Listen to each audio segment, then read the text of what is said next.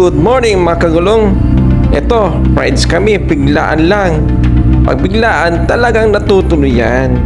So nandito kami sa park ng Mauban, Quezon.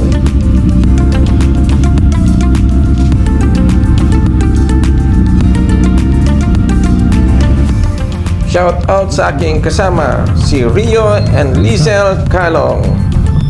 Gamit kong motor ay ang Yamaha Fazer 600, for short FC6.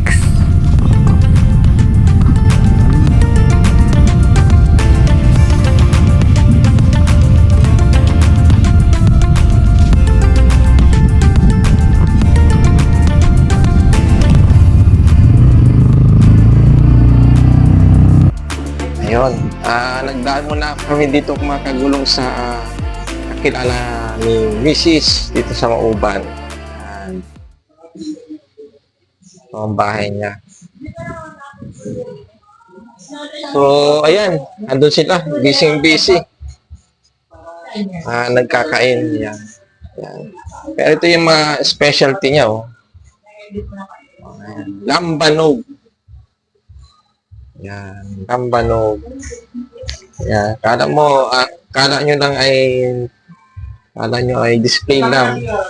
Pero lambanog yan. Ayun, dito tayo kay Kuya Jimoy sa kanyang mga koleksyon. Pinasyalan natin dito sa Mauban, Quezon. Ayan. Shout out sa iyo. Shout out, guys. Thank you. Nakarating itong aking mga pisan. Napakalayo. Napakalayo. Dinayo pa namin. So, ayan, yung daming alak. Ito. Yung alak. Yun. Gusto nyo malaman pa. Ito yung nakabote to. Oo. Ito ay collection ko.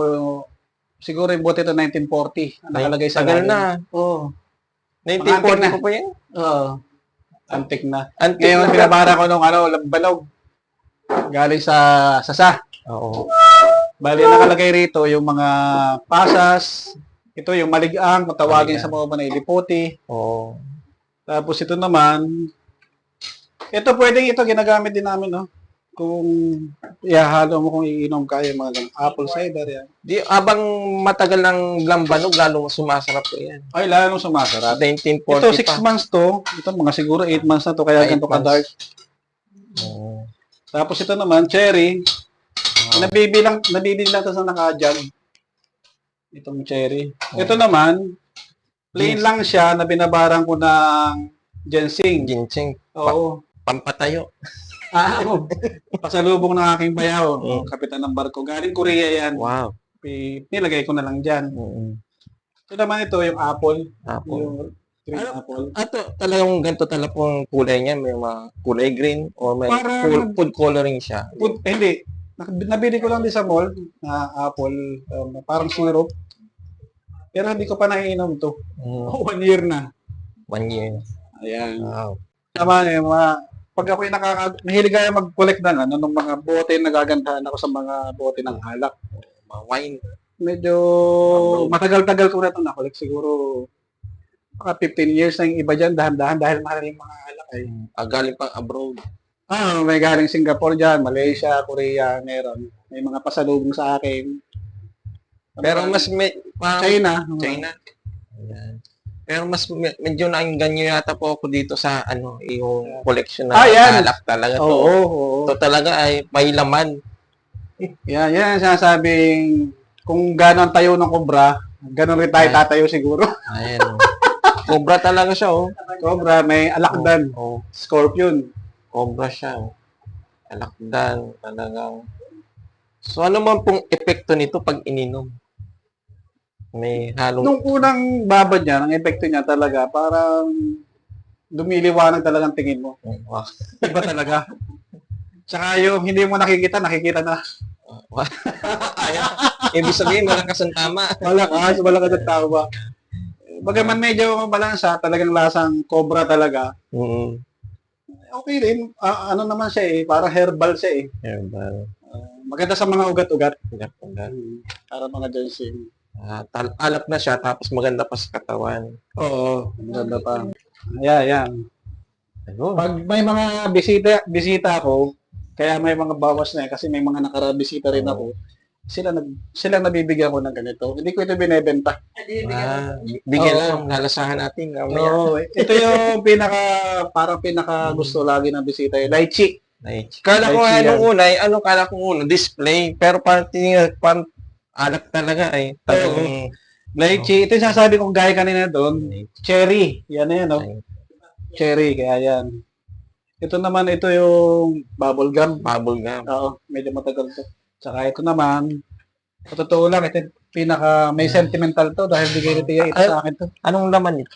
Langka. Langka. Ito yung binigay ni Tia Ita. Primary reads, So- primary reads Oo. lagi ng mabani ng kuya.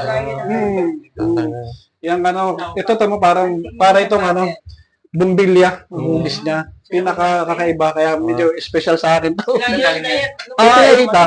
Itong bote na to, bumbilya. Parang bumbilya, ang hugis hugis niya. niya. Kaya kakaiba kumpara sa mga bote kong malalaki. Galing kay Tita. Oo. Kaya sabi niya, yan daw ang ano, hindi niya ako makakalimutan. Talagang yan ang pinagmamalayo ko lagi at saka yung pinupuri yung bote na yan. Ayos Kung bibilhin mo tong bote na to, Mahal yan. 15,000. Magkano? 15,000. 15,000. Oo. Parang Ay, meron naman ako dyan, yung mga ganito, pwede ko pang ibenta. Ah, Pagkakilala, di malaki-laki bawas. Ito rin, ganito. Itong mga bote to, itong ginagamit talaga na mga mag-aalak dito sa Mauban. Siya yung unang tulo kasi mainit, hindi na pwedeng container. Oh, So, ano talaga siya, mga bote na nilalagay sa bote? bote dapat talaga. Kasi yung ibang nakikita ko yung sa mga container O, na may mga reaction kahoy. Yung mga kahoy po. kahoy. Oo. Oo, yung iba kahoy na. Pero ito, mas safe kayo, kasi yung iba container agad. Mm. Pagtutulo, syempre yun, napakainit ton. Mm. Baka mag-react yung plastic, yung container. Kaya dapat ganito ang ina-advise. Mm. Oo. may mga green kay kuya ng mga bote ng tapo. So, ito medyo may na talaga pag makikita na tunay na alak pag nagsiningdan mo siya ng ano, na Oo. apoy. Pwede natin sa pula mamaya. Pag yung nilagay mo sa kahoy, Kahoy. gagana mo, sindihan mo ng posporo. Oo. Blue talaga ang kulay. Blue talaga. Parang, oo. Luto kasi rito sa Mauban, tataas. Mm. 80 proof talaga. Nag-85 proof. Sa atin, hindi masyado sa Bicol. Nag-export ka rin po nito? Hindi. Local lang. Siguro, hindi ko na kayang gawin yung mag-export. Ano na lang, Dito sapat na. dito na lang, okay naman na yun. At siguro yung kailangan talaga ngayon, ang proseso mo ng paggawa ng alak, may FDA ka. May talagang may registered siya sa Oo. Food and Drugs. FDA. Pero ito, siyempre, galing lang mismo sa mag-alak, binibili ko sa kanila, nagpapaluto ako para sa mga bisita ko lang naman. Saka nagkahilig na, pagka yung pagod, Pagod na. kasi walang hangover. Alright, salamat sa iyo Kuya Jeff sa iyong mainit na pagtanggap at pag-accommodate sa amin.